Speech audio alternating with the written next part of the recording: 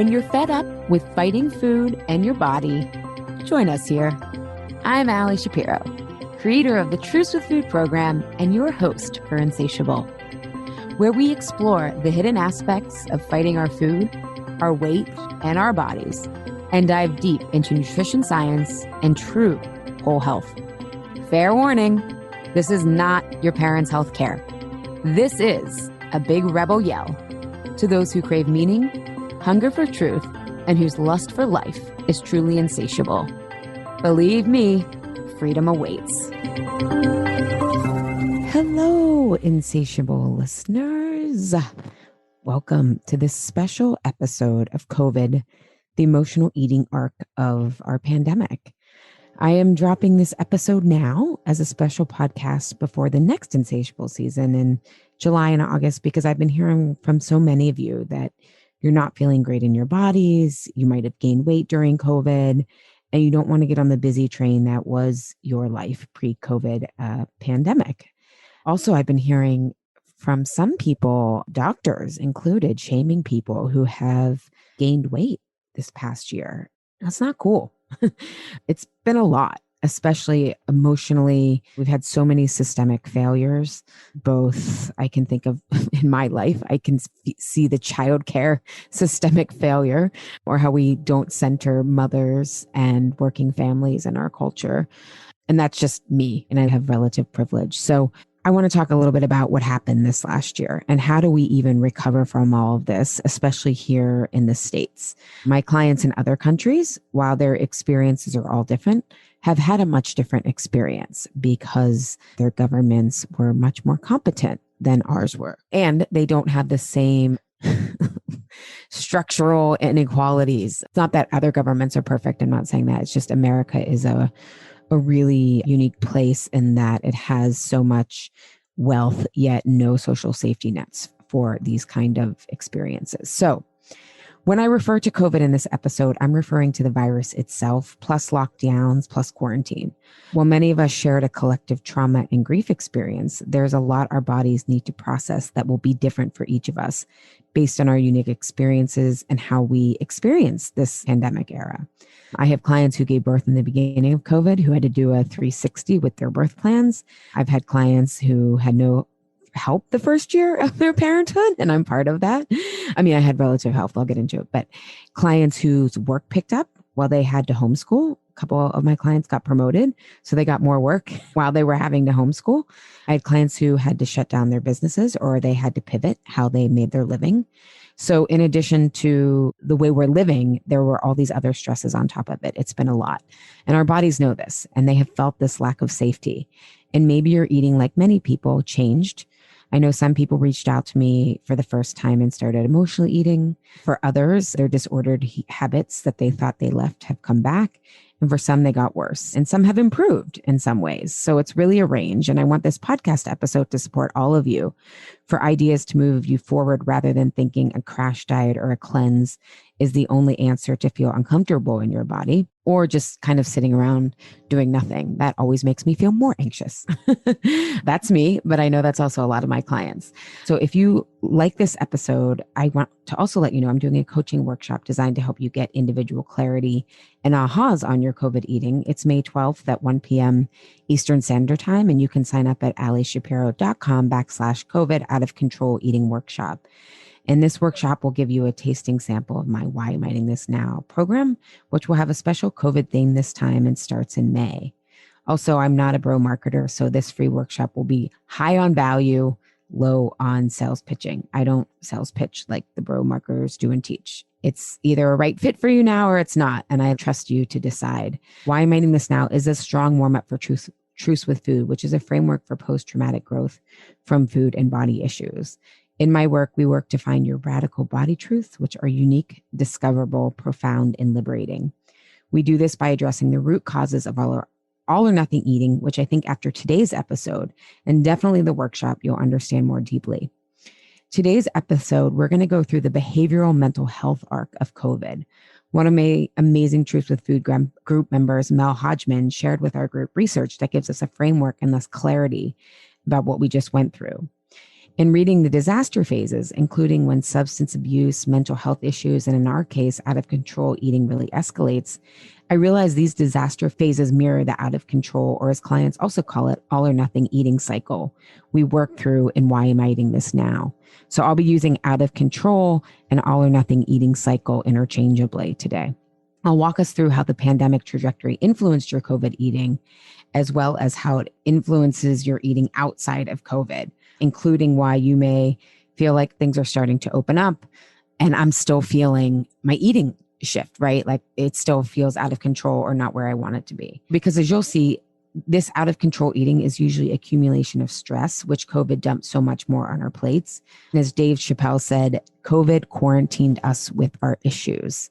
I laughed out loud when I was watching a clip of him and he said that. Okay, so on to the research. The disaster phase descriptions and graph, which I'll include in the transcript, is adapted from the U.S. Department of Health and Human Services. Thank you, Mel, again for sharing this research. And you can always find podcast transcripts at alishapiro.com/podcast. Also, I'm not saying the severity of the out of control eating cycle is as severe as many people experience COVID. We all had a range of experiencing COVID. We saw this racially, economically, which are the two are tightly interlinked in a white supremacy culture, which is what we live in here in America. And I really saw it with my clients who live in countries where the governments care more about them in terms of a range of experience.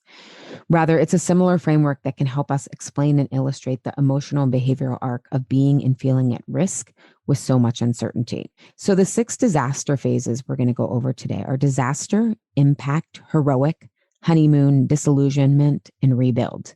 And this mirrors the emotional eating phases of trigger, gear up, be all, as part of the all or nothing cycle, or extra, as some of my clients call it, be protected temporarily, then embodiment for insight to break the cycle, and then option C, choose differently. So the first disaster phase is actually the pre-disaster phase. It's characterized by fear and uncertainty. And the research says the specific reactions a community experiences depend on the type of disasters.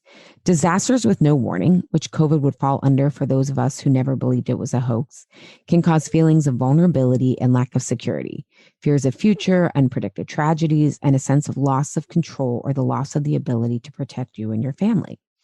This fear and uncertainty probably activated old vulnerabilities for a lot of us. For example, a few of my clients who have come to me post initial COVID lockdown had food insecurity issues as children and found themselves overeating or binging during this phase and buying lots of food because they felt at risk for food scarcity. And they hadn't made that connection until we started working together. For a few who had experienced past physical vulnerabilities, the physical risk of catching COVID made them anxious. They logically felt low risk, and yet the body was having its own reaction that needed support. I bring this up because so much support for mental health and emotional eating doesn't actually include the body, which is a big part of mental health and emotional eating. Or maybe like me, you weren't necessarily worried about yourself, but more about people you care about or passing it along to someone. My parents were on that COVID cruise you might have read about that was all over the news in the beginning. They were some of the first people to contract COVID. There wasn't a lot of information at the time, and they were stranded at sea by the Trump administration and then sent to a military base, then flew home. What was supposed to be a 10-day trip ended up in a 6-week ordeal. If we look at this phase from a Why Am I Eating This Now out of control eating cycle perspective, this is the phase where we experience eating triggers. An event, or what clients often call stress or overwhelm, happens. Yet it's not the event itself, it's the emotion it brings up in us. In the same way this disaster phase is marked by fear and uncertainty, uncertainty is a massive trigger for all or nothing eating in non-COVID times. Also, in regard to the word trigger, my client Lindsay asked for another word aside from eating trigger. I told her feeling at risk, because that to me is what feeling triggered is really about. So if that helps you, when I use the word trigger, think when I feel at risk. And we all have different risks we're trying to protect ourselves from. Failure, catastrophe, rejection, judgment, being misunderstood, or just a few related to our food and body, especially our weight. So if we take a look at how I'm hearing from many of you is, I gained weight over COVID. It's not the weight gain per se. It's what will people think? Will I be judged? There's usually the uncertainty around judgment and trigger risk.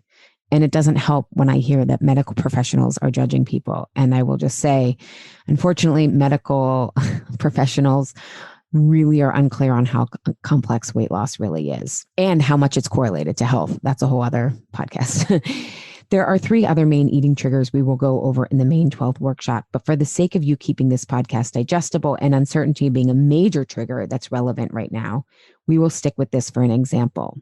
Also, uncertainty has been my biggest trigger in life, making me feel at most risk in my life and thus my greatest teacher. So I know it well. And I know we can learn to lead ourselves through it versus just eat, which is what I did for 18 years.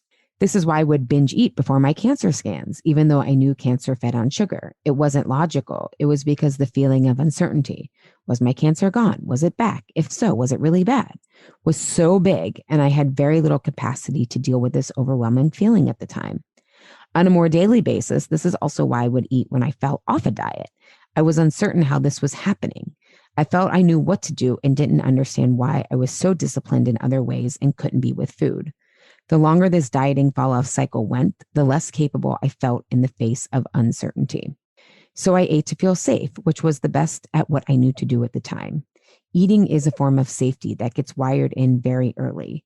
It's in our implicit memory, meaning often unconscious and somatic because we are pre-verbal and don't start narrating our lives, meaning making meaning until around 5 or 6 years old. We obviously have language, but we don't really start connecting, oh, this and this happened, right? Which is a lot of what we have to do to heal our issues around weight, is thinking that only the good things and the best things can happen when we are at a certain size. But that's meaning making that we totally deconstruct into Truce with Food. We know we are safe if we are fed and comforted, right? So food as safety is as primal as it gets. So if you know food is safety, you can better work through out of control eating. So phase 1 of COVID created fear and uncertainty. And related to non-COVID eating, stress and overwhelm makes us feel emotional and feeling triggered or at risk for being unsafe. Uncertainty is one of the biggest triggers for out of control, also called all or nothing eating. Then in phase 2 of the disaster, the research calls this the impact phase, which is characterized by a range of intense emotional reactions. The research says, as with the pre-disaster phase, the specific reactions also depend on the type of disaster that is occurring. Slow, low-level threat disasters have psychological effects that are different from those of rapid, dangerous disasters.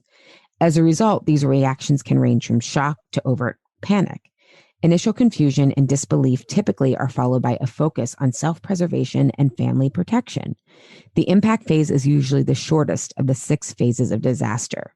So if we think of like from a yogic perspective, like our root chakra feels so much at risk, right? This is primal stuff. What I find so fascinating about phase 2 of COVID was the range of risk that was felt here in the US when asked to wear masks and a temporary lockdown was ordered. I have a lot of thoughts, but it's something that I just kept processing. So some of us were worried about passing it along to others, but not worried for ourselves. Some of us were really afraid of catching the virus. Some of us weren't worried at all and felt more stressed from huge transitions like homeschooling and isolation. But for most people, it's just a mixed bag, right? There were some great things and there were some really, really hard things. There was and still is, as we come out of quarantine, such a range of our felt sense of risk. Because we here, meaning me, Carlos, and Essa, all had COVID and thus have natural immunity in our house. At least we know for a little bit of time. And Carlos's parents got vaccinated. We went to Florida to visit them for the first time in over a year this month. And it was like COVID wasn't even happening there. It was so different from how we've been living up here. I think part of the COVID exhaustion here in the States is we all experience the impact phase differently. I think of our essential workers who had to be out in the world with so much uncertainty and fear. And so many of our healthcare workers died treating COVID patients. And communities of color were the hardest hit by this because of racism. And I think we need to put our empathy caps on and think about the intensity and duration of fear here and the range it was for different people. There was a QAnon infiltration of the white wellness world during all of this that, as my anti-racism teacher, Desiree Adaway, says, sounds about white. In white wellness and healthcare, there's a lot of preaching about personal responsibility. And when we have a certain level of privilege, this is true. One of my greatest teachings in my life was how much more power I had to heal my body than I ever knew. And I had access to the resources to make things happen. And even then, we only have so much control. But what public health here in the States called social determinants of health, which is where your zip code determines your health more than individual choices, is an academic term for softening the word racism. For example, communities of color are more likely to live in high pollution areas. And we know air pollution played a massive role in who got COVID, as COVID viral loads increased where there is air pollution. The virus was able to better lob on to air that was polluted, increasing the viral loads there. So the chronic stress of environmental pollution weakens the body. And not to mention how this pollution causes inflammation and thus weight gain. And I bring up the inflammation and weight gain link because this is very true. Weight gain is not just calories in, calories out, move, eat less, move more. And we heard a lot about how obesity's role in COVID deaths, but obesity is often a root cause of intense systemic blocks to health, like air pollution, on top of food deserts, working 2 jobs and still not being able to afford healthy food because the US government subsidies the most unhealthy crops to make them cheaper. And then you have racism in healthcare itself. I could go on. So many communities don't have as much control over their health like some of us because of racism. The systemic daily insults are massive. And please know, many people in these communities are doing all they can to be healthy. I really want us white people, who are the majority of my clients and audience especially, to understand how ideas of good and bad neighborhoods originated in racism and yet aren't the whole truth, especially when it comes to our health. As Desiree said just this week in Freedom School, which I am taking from her, and I highly recommend if you want your mind blown wide open. It's an anti-racism course. It's a liberation lens that looks through a Black, queer, feminist lens. It's very intersectional. But one of the biggest lies of whiteness is that it works for white people. And understand whiteness is a belief system, not about white people. And that's a big difference that we really need to understand. So here's an example of how whiteness doesn't benefit white people.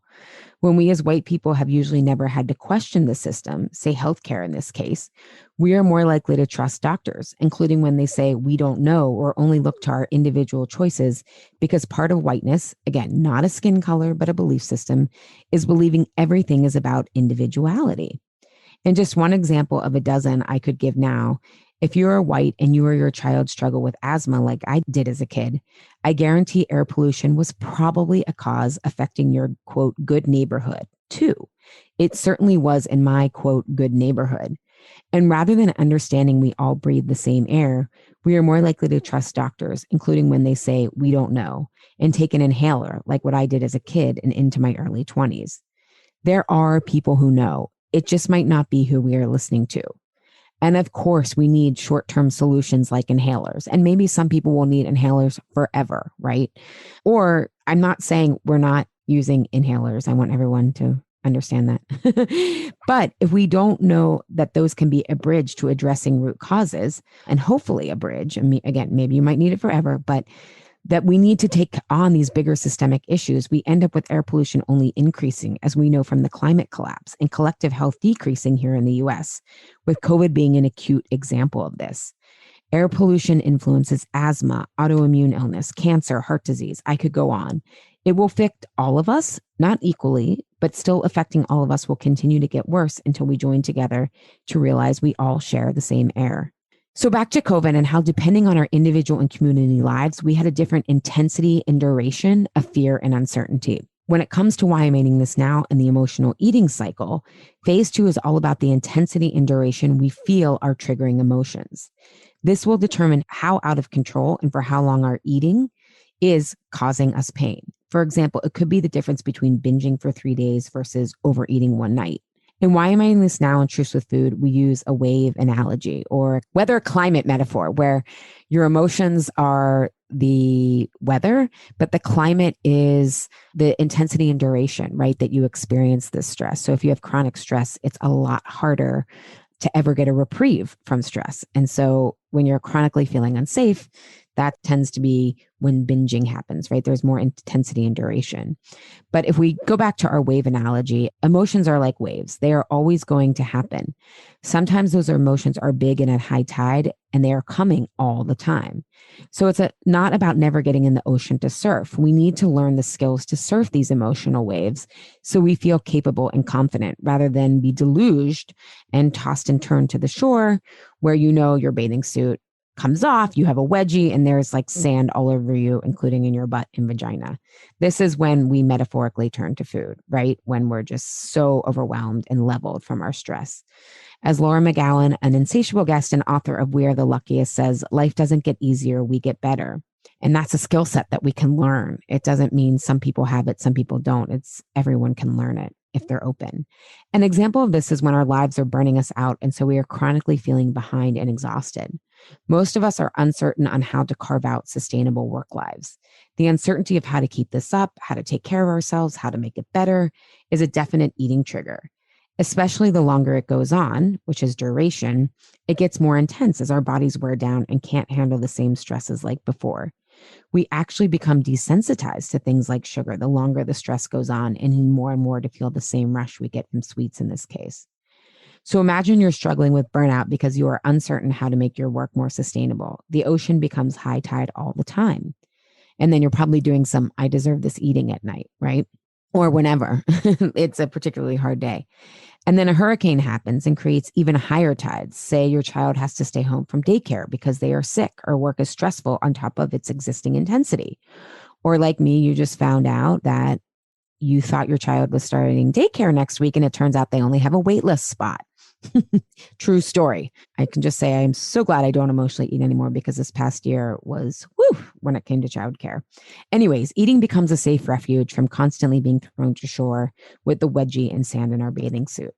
So if our eating triggers are intense and constant, when something like COVID or any other stress happens, our eating will be more intense because we don't have the energy, clarity, or skills to work through these new waves and are more likely to eat.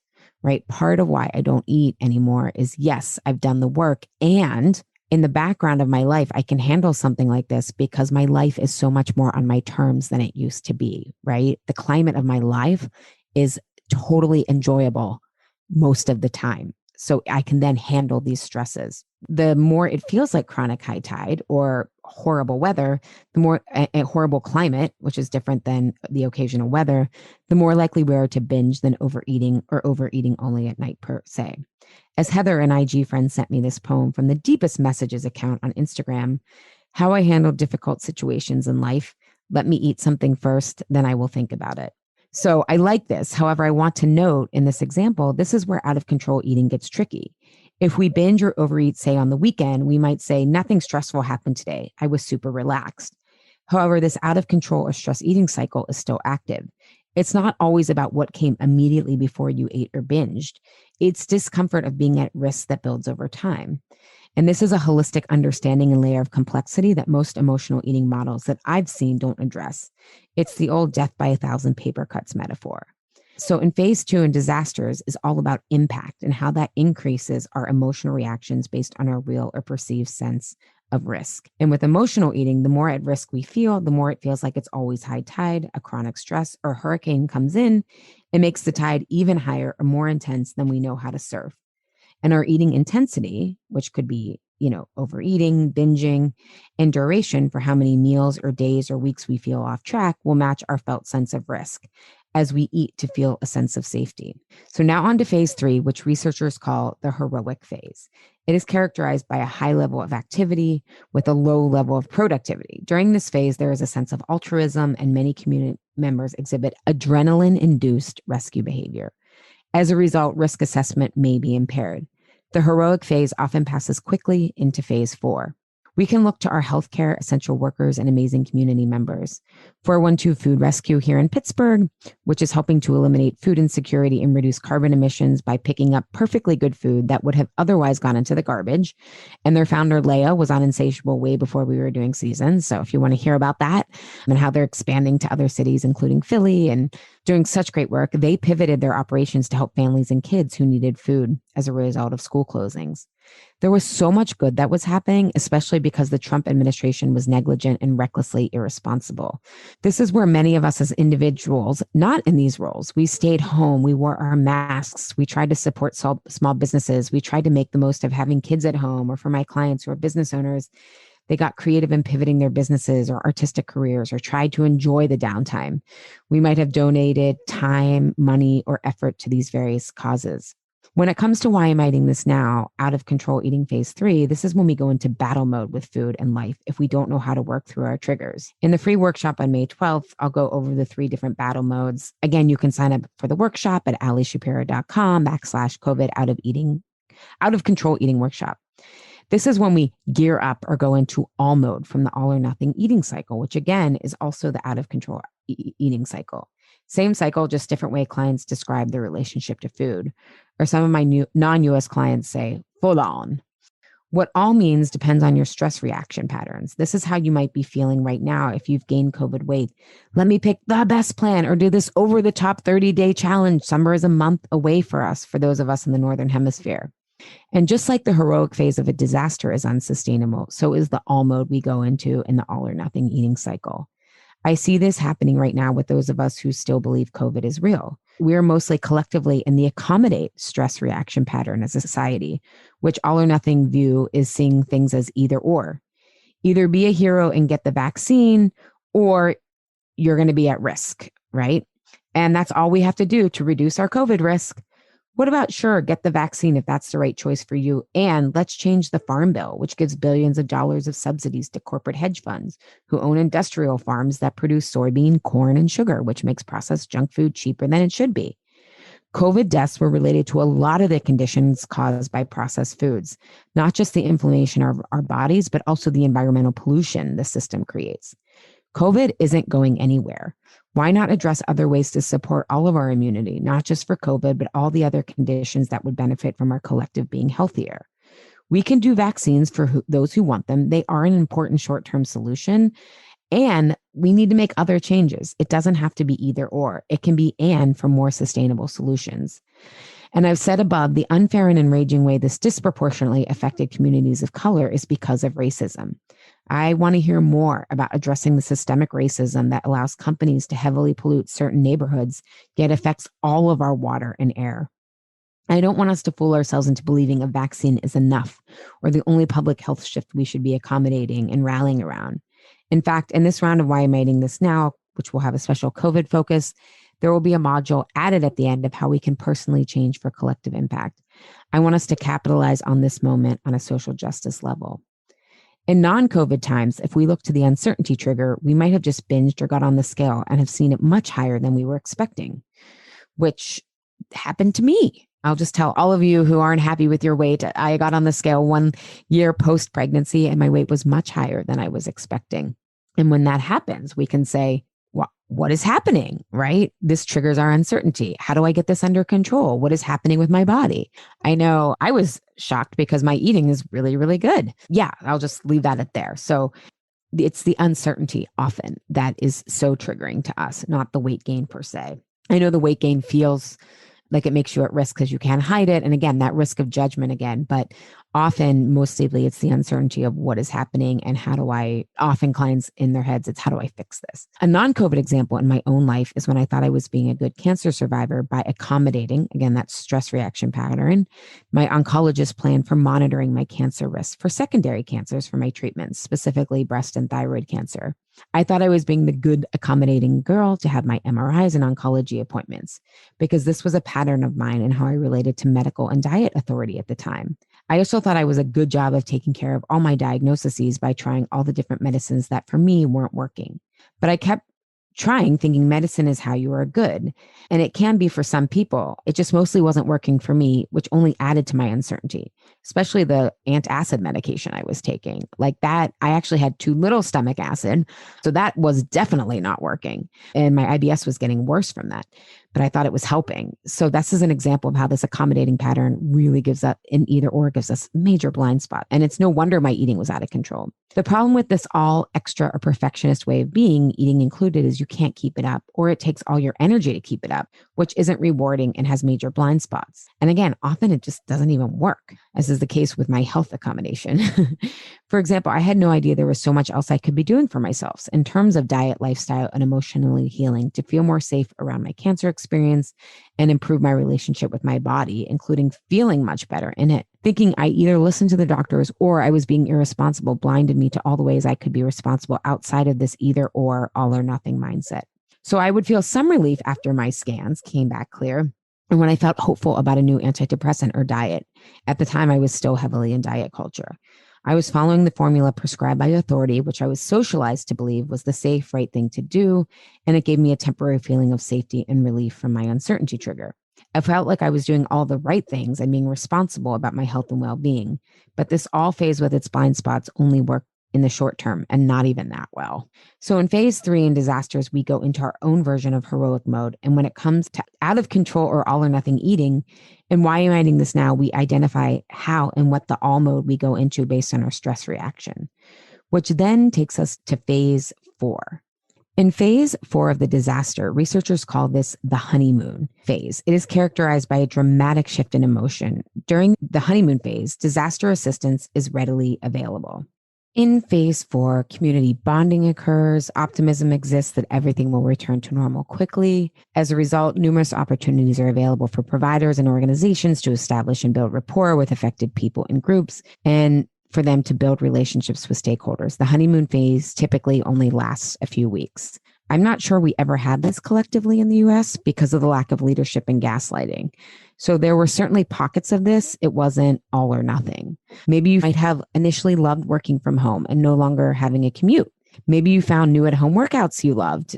Maybe you loved spending more time with your kids. Maybe you knitted masks for community members and felt really connected to your community. You might have cut out sugar and started loading up on vitamin C, D, and zinc and veggies to support your immunity and felt better. Or as some of my clients realized, you came out as an introvert and loved not having all the choices to run around everywhere. You really relished in that simplicity. But we were brand new parents and we were barely sleeping. And new parenthood was a really hard adjustment for me and for Carlos because we really didn't get any time off. I'm not even sure. I think Carlos got like 2 weeks and 1 week was unpaid. Like, and his boss it was like graciousness that she like let him do that. I mean, she wanted to give him more, but you can only do so much when you're part of a team. And then I made the rookie mistake of spending more time planning my labor and birth. Instead of the after. I had the fourth trimester figured out and knew to honor that, but the rest of it, I was like, my idea for how we would manage childcare was way off base. So we didn't have enough childcare, and then we lost the great support my mom was because of her 6-week COVID cruise ordeal. On top of the stress of my parents having COVID, and then they also, my mom had a panic attack being quarantined in a 150 square foot. So there was also then the effects of being quarantined like that. So I personally have never felt a honeymoon COVID phase because of the transition to becoming a parent and the childcare challenges it created. So it's okay if you skipped over this phase or if you had a honeymoon phase. There's no right or wrong, just awareness of your experience and that of others. From a why am I eating this now and out of control eating lens, this is where we get the short-term benefits of being in that all stress reaction pattern. In non-COVID times, this is when we do the restrictive diet or protocol and it feels like it's working, meaning weight loss is happening, yet of course we feel restricted, or maybe your bloat goes away or your mood improves if you're doing something like a gut healing cleanse. This is often when clients come to me is that they can't muster the energy to be all anymore, or they want something that isn't diet culture and will support them to feel better than they are now in their bodies. Or they've done the elimination diets or functional medicine approaches, and either they can't stick with it or aren't getting the benefits from it because their gut issues are no longer food related, it's emotional related. So phase 4 is the honeymoon phase for disasters and out of control eating. This is where we experience the benefits of our heroic measures, or with eating, we feel the plans we have are working, and usually they do in the short term, if we mean weight loss especially, and often we may feel better.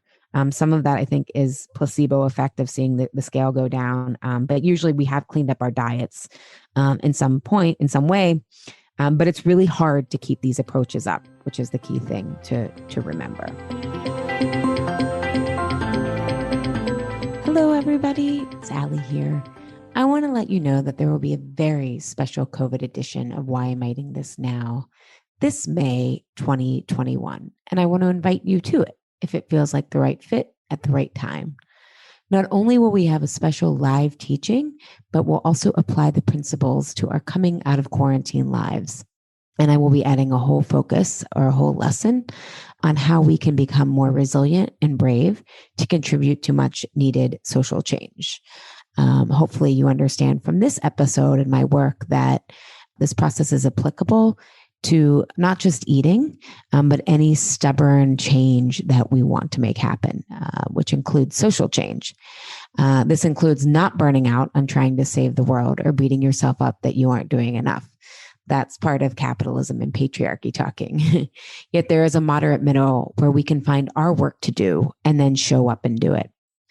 Why am I eating this now is a strong warm up for Truce with Food. So if you want to take Truce with Food in January 2022, really join us in Why Am I Eating This Now this May. There's no risk as what you pay for Why Am I Eating This Now gets credited towards Truce with Food. And you'll get more cumulative results when you start with Why Am I Eating This Now, which is why I created it in the first place. But you don't need to want to take Truce with Food to take Why I'm Eating This Now. Many people take it and find that it gives them enough to work on for quite some time. And the results are still life-changing while you're in the program. Why I'm Eating This Now is a 3-month deep dive process into your own self-awareness around your eating triggers, stress reactions, including what your body needs support around, and then how to feel the discomfort for important insight, not just for nothing, and then to make different choices in our lives. This over time not only leads to more eating in alignment with our goals, but less burnout and more impact in our lives, less isolation and more meaningful connection, and just more peace and satisfaction with the life you have, including being in process, as I say, i.e., not exactly where you want to be or when you're pursuing your goals, and how can you be content there as well.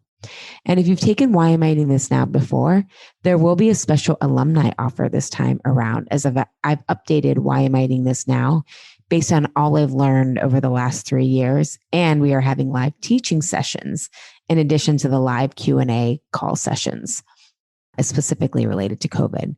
So if you're a current or past client, you know some stresses really knock us on our ass and give us a chance for more grit, glory, and freedom. So if you're interested in the program, there will also be a lot of special early bird goodies, including a $200 savings.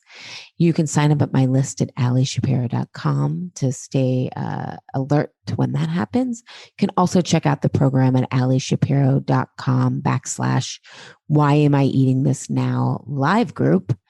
And if you want to get a sneak preview, come to the workshop on May 12th at 1 p.m. Eastern Standard Time to get an appetizer of what this process is about to see if it's right for you. You can sign up again for that workshop at allyshapiro.com/COVID out of control eating workshop. And I'm really excited about this round. I think we all need some healthy community and support, that moderate middle support where we're not just doing nothing, but we're also not in diet culture. And everyone who joins my programs can't believe the quality of caliber of the community. So if you really need that and need to really integrate what has happened while improving your eating around the past year, come join us. All right. I hope to see those of you who feel the call in the program and on the workshop. Okay. So now we move on to phase 5, which is the disillusionment phase. Researchers say it's a stark contrast to the honeymoon phase. So during the disillusionment phase, communities and individuals realize the limits of disaster assistance. As optimism turns to discouragement and stress continues to take a toll, negative reactions such as physical exhaustion or substance abuse use may begin to surface. The increasing gap between need and assistance leads to feelings of abandonment, especially as the larger community returns to business as usual. There may be an increased demand for services as individuals and communities become ready to accept support. The disillusionment phase can last months and even years.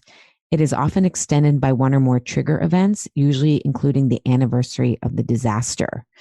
And as I have a couple clients in Canada, and they are experiencing a really bad surge. And so they're going through an intense disillusionment phase right now with lockdowns when they thought they were going to, head on out of here. Like the rest, at least here in the US, things are starting to open up more. So there can be trigger events. And this is when, I've had a couple clients say my eating was doing well. And now it fell apart again. we're going to look at that. So in phase 5, we are just disillusioned. This happened probably for most of us as we turned into months of lockdowns here in the US. And this is when researchers see substance abuse and mental health issues arise, right? There's an intensity to our emotions and the reality that we can't keep a lot of the things up we were doing in the heroic phase and experiencing in the honeymoon phase up. As with honeymoons, the novelty wears off. I saw how as many people lost jobs and businesses were forced to close. The food banks couldn't keep up with the demand and how many people were going hungry. I saw my clients burning out with not a lot of choices available to them, particularly childcare. Or even going to the gym, how we used to take care of ourselves and we liked the community we had there. I saw how the isolation was taking its toll on many of us and the ways that we were normally able to take care of ourselves, like with social events or where we volunteered, were canceled. And they found that the 1-year anniversaries can trigger an extension of this phase of disillusionment. So this was last March when kind of, I guess, is the collective agreement of when we're saying is the anniversary of COVID. So if you were feeling really disoriented in March and your eating was really off, it might have been an increase in your sense of disillusionment. Yeah. So because of disillusionment, which is in large part because we can't keep our heroic or all efforts up. And in the case of America, the Trump administration was essentially gaslighting us that COVID was even real, let alone there wasn't a lot of national leadership that could have made things so much better. And we experienced such a long lockdown phase, and cases and deaths were rising as we were doing this because, as the old adage says, an ounce of prevention is worth a pound of cure. And we had no preventative support or leadership. And we need to hold the and this is going to be a really unpopular opinion, I'm sure, maybe, because I know most of my clients are independent or progressive leaning, but the disillusionment phase was exacerbated by the media here, which in the States, it exaggerated the risk. It did. If you look at the data, our felt sense of risk. I'm not saying that this isn't COVID, isn't real. I've got to say this because we're so polarized. But the risk of COVID that we understand, especially now with like 13, 14 months of data, is not as bad as most people think. But because if, in the media, if it bleeds, it leads, which is what Bill Maher was talking about the other day. I'll bring him up in a second. Particularly for corporate profits in the form of advertising dollars, it keeps eyeballs on it. And real scientific dissent has been censored. The overall risk has been over-exaggerated. It doesn't mean it's not also serious. And progress that has been made wasn't broadcasted here as much. As I said, I don't always love Bill Maher. As I've become more woke, as the kids say, or maybe they even used to say, they've moved on from saying that. I can't really keep up these days. But he had this segment to me, which was what I want to hear from people who identify as left or liberal, which he does. And a lot of people would call me liberal.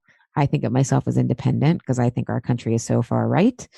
But as I was talking to my neighbor who identifies as independent, she thinks our country is too far left. And so we were kind of laughing about we'll meet somewhere in the middle. But anyways, in his segment, which I will link to in this transcript, and I highly recommend Googling it, is that the majority of liberals have a completely over-exaggerated risk of COVID hospitalizations, COVID and COVID in children. When we traveled to Florida last month, I met a traveling nurse in the airport who was working with COVID patients. And she said the media was completely exaggerating the truth. Right. And I know sometimes we put these people in Trumper camps. That's what a lot of my friends do, who question COVID at all. But I promise you, she wasn't a Trumper. I didn't ask her, but she was a Black woman. So putting her odds at being a Trumper are less than zero. The data, as we have it and becomes more available, shows that this media exaggerated the risk. If you want to understand this in more detail, I highly recommend watching Bill Maher's Give It To Me Straight Doc New Rules segment. Google it. It's worth the watch. And again, I'll include it in the show notes. So circling back, either way, because of these forces, because of lack of leadership, because of media exaggeration, because some people didn't help reduce the risk in the beginning, we've had a long disillusionment phase, and it's been a low point for a long, long time. For many people, the disillusionment phase is when the stress from isolation from those you love, security risks like that of finances, or realizing you don't like your partner, or you have no childcare reprieve, and being zoomed out, you name it. This is when your eating might have felt really out of control. Again, it makes sense when you understand food is largely about safety. When the waves are so big for so long, you often just have to surrender. It doesn't mean eating is your only choice. And this is a tricky thread for me here because I don't want you to judge yourself if you're eating with shit. Living like we had to in lockdown for so long is not normal. It's unhealthy and it's hard. And now that we are starting to move out of this and eventually have more breathing room, there can be other ways we manage our stress aside from food. In the why am I eating this now out of control, all or nothing eating cycle, this is when we crash and burn from being all or extra with food restriction and life choices, being emotionally restricted from fulfillment, satisfaction in our lives. So trying to be the best, the coolest, the hardest working, the most perfect, whatever it has gotten us success in life becomes our kryptonite.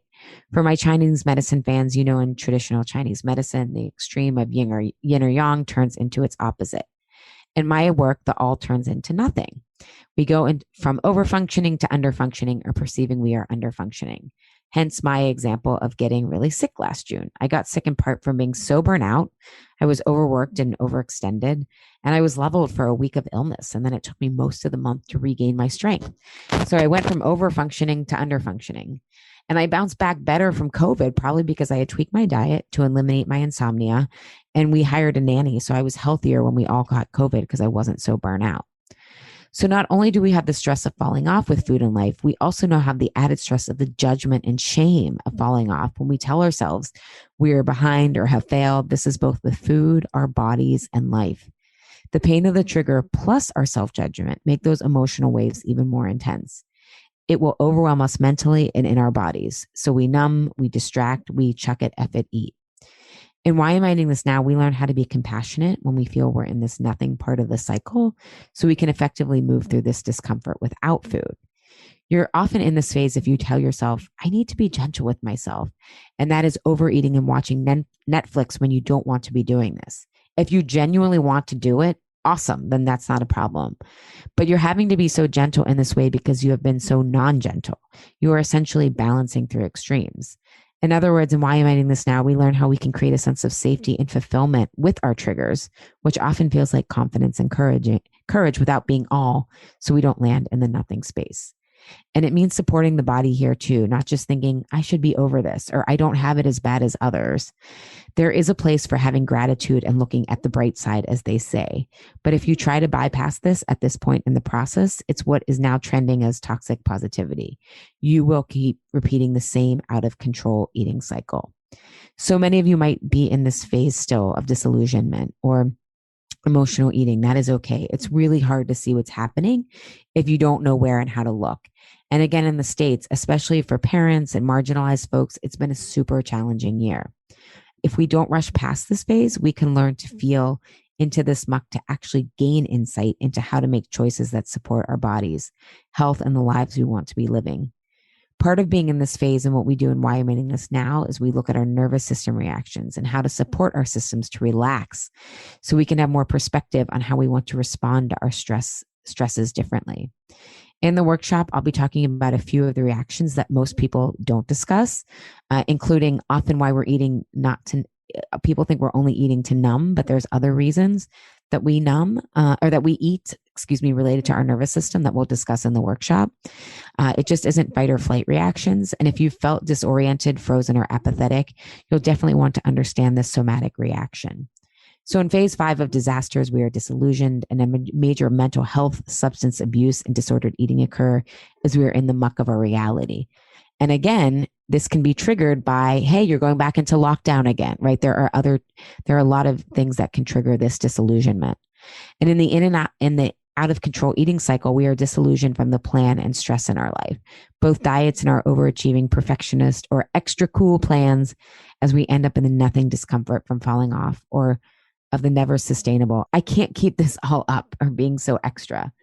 So what comes after disillusionment? Definitely some soul searching questions if we want to be genuine individual and collective change. This brings us to the final phase, which is phase 6, and researchers call the reconstruction phase. It is characterized by an overall feeling of recovery. Individuals and communities begin to assume responsibility for rebuilding their lives, and people adjust to a new normal while continuing to grieve losses. The reconstruction phase often begins around the anniversary of the disaster and may continue for some time after that. Following catastrophic events, the reconstruction phase may last for years. So I think many of us are starting to enter this phase. I know some of my clients are vaccinated. Some have had COVID like me, because remember, there's still a thing as natural immunity. The media isn't reporting on it, but it counts. Or some are cautiously and carefully getting out in the world while they wait on more vaccine data to come in. Recovery is going to take some time, and I hope we don't go back to normal. Normal was quite unsustainable. And this is where we have an opportunity, both individually and collectively, to make sustainability and the fulfillment that comes with sustainability part of our lives. This can be started by even recognizing we need a recovery period to feel, reflect, and integrate on WTF we just went through and how it changed us, to honor how much our bodies are holding. I think a lot of us are looking for a feeling of relief, or questioning, when will I feel not scared to hug someone again or go to the gym? Or my forever question now is, when will I catch up on sleep? Or we don't want to go to sleep on the social change we want to see in the world, including we want to make sure we know what is ours to do and that we aren't just reacting to all the emotion on social media. Lately, it just feels like one giant nerve activated to me. But being invested in our individual and collective recovery is something I think we need to pay as much attention to as we did the media coverage of the pandemic. So here's where we can learn how to choose differently, and we can start by acknowledging we need a recovery period. One thing I read in the Lily, which is the Washington Post feminine news highlights, Zine, I guess they would call it, is that we need to create closure for ourselves with this period, because there's not going to be a clear formal ending to the coronavirus, right? It's here forever, as much as we know now. They quoted Amanda E. White, a counselor and founder of the Therapy for Women Center. And she says, quote, commemorating the end of something allows our brain to make sense of it. She suggests creating your own ritual to mark what you've been through, whether that's celebrating a big milestone or recreating a holiday you missed with family. It might have been like some of my clients who missed out on their baby showers or kids' birthdays or Christmas. Is there somewhere that does Christmas in July? Another thing we need to do is tend to our nervous systems. They have been through a lot. Krista Tippett, host of On Being, had Kristen Runyon on, who is a clinical psychologist and a nervous system expert.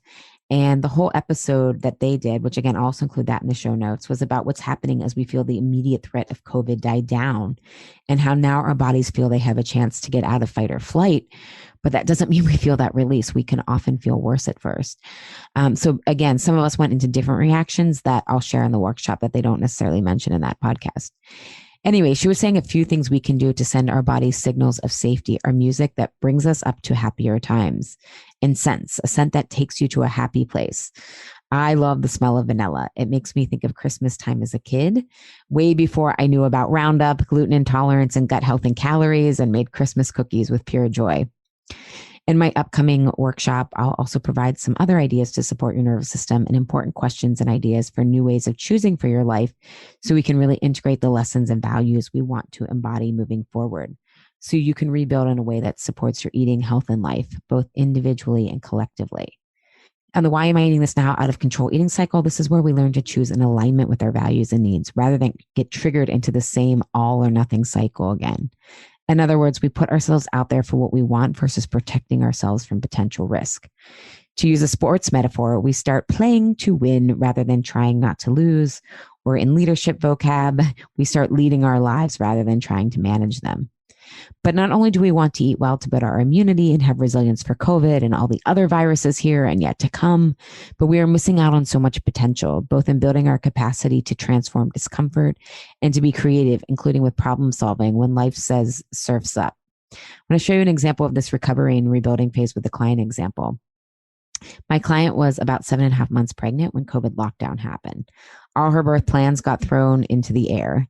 The birth center she was planning on going to, which is right next to a hospital if something were to go wrong, which made her feel safe because she takes an integrative approach to her health, told her they were trying to make decisions with the data they had, but for right then, you couldn't have your partner or your doula. And wearing a mask during labor, which having gone through it, I really can't imagine wearing a mask during labor. So not to mention the fear of getting COVID while pregnant, we had no data on any of this, right?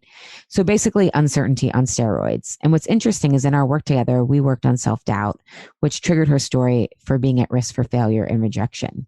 Now, uncertainty is different than self-doubt because it's coming from the outside forces, yet it can certainly stir up self-doubt. But because we had been working together at that point for about a year, she didn't eat out of control. She was able to get below the protective all or nothing thought process that often feels like just anxiety thoughts, right? She was able to sink below that and really hear her intuition, not the stormy, choppy, panic thoughts that were trying to protect her like they did in the past. This enabled her to find her option C, which option A was following the birthing center's protocols, or B, go to the hospital where now they are treating COVID and have to follow even more stringent protocols, which again, for some people might have made them feel safer, but it didn't for her. She ultimately decided to do a home birth, to which her husband was like, "What? We aren't hippies." But he was supportive, though, once he wrapped his head around it. And she had to find a midwife, make sure her doula felt safe, which she did. And she had a very empowering home birth.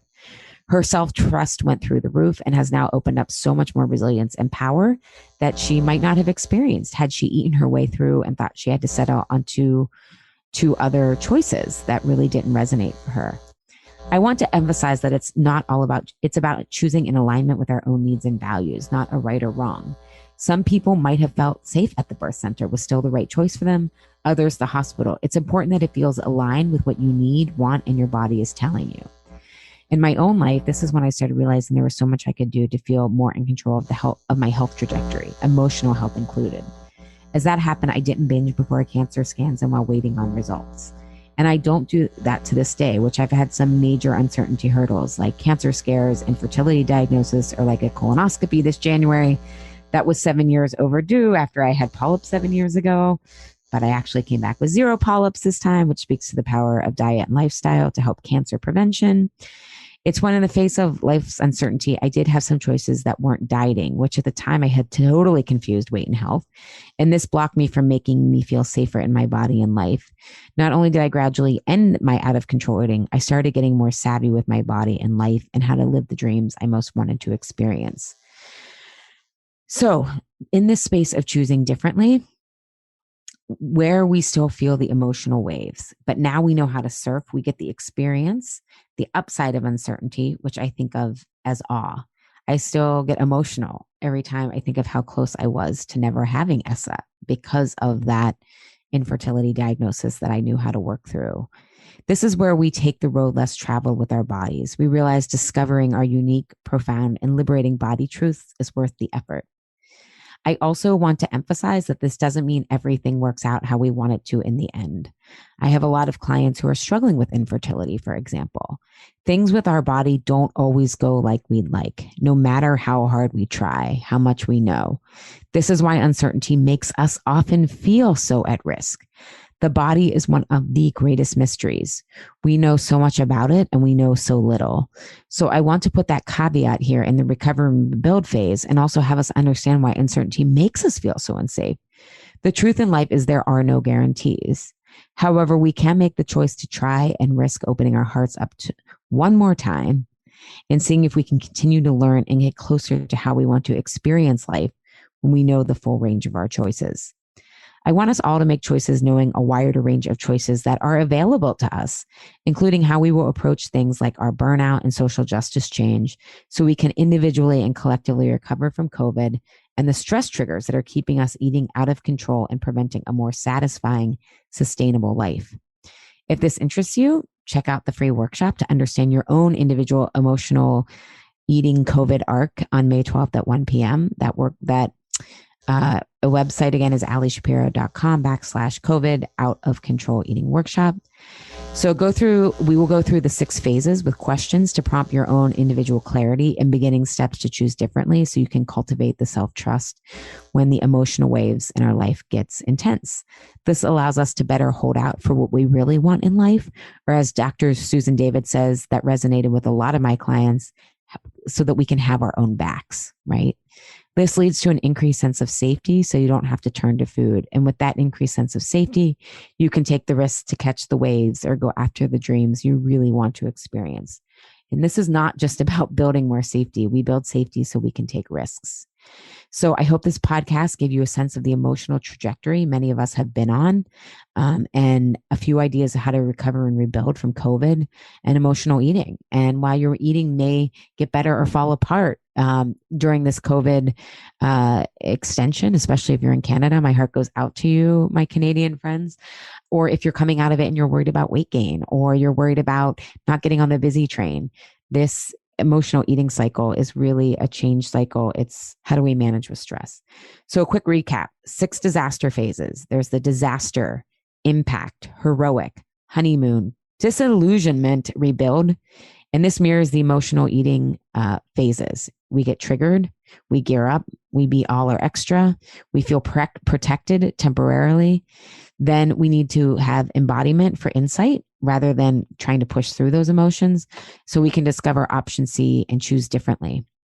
A few tips and tricks for this recovery phase: a ritual to mark the end and take care of your nervous system by sending it signals of safety like music that make you happy or scents that can take you there. And if you are feeling the craving for a more sustainable, saner approach to food and life and want more ideas to support yourself in your recovery, join us for the COVID Roots of Out of Control Eating Workshop on May 12th at 1 p.m. Eastern Standard Time. Again, that website is alishapiro.com/COVID Out of Control Eating Workshop, or in our Why Am I Eating This Now Live COVID edition, which opens up for registration May 10th through the 17th. You can, the early bird savings is $200. You get freedom from cravings, which is my program to guide you to see what foods work best for you, which is valued at $175, and 3 months post Why Am I Eating This Now support in the Insatiable membership community, where you'll get 3 months of Q&A calls. We have them twice a month. So you can further integrate the Why Am I Eating This Now work. That's $180 value. So over $550 values for my early birds. Definitely get on my list so you get that you can get on that at alishapiro.com. And if you sign up for the workshop, you'll be on it as well. All right, everybody, take care of yourself, your bodies, and each other. If anything, I hope this pandemic remind us how precious life is, and that a reinvigorated sense to make the most of it while we have the time we do. All right. I hope to see many of you at the workshop. Take care. Thank you, Health Rebels, for tuning in today. Have a reaction, question, or want the transcript from today's episode? Find me at alishapiro.com. I'd love if you leave a review on Apple Podcast and tell your friends and family about Insatiable. It helps us grow our community and share a new way of approaching health in our bodies. Thanks for engaging in a different kind of conversation. And remember, always, your body truths are unique, profound, real, and liberating.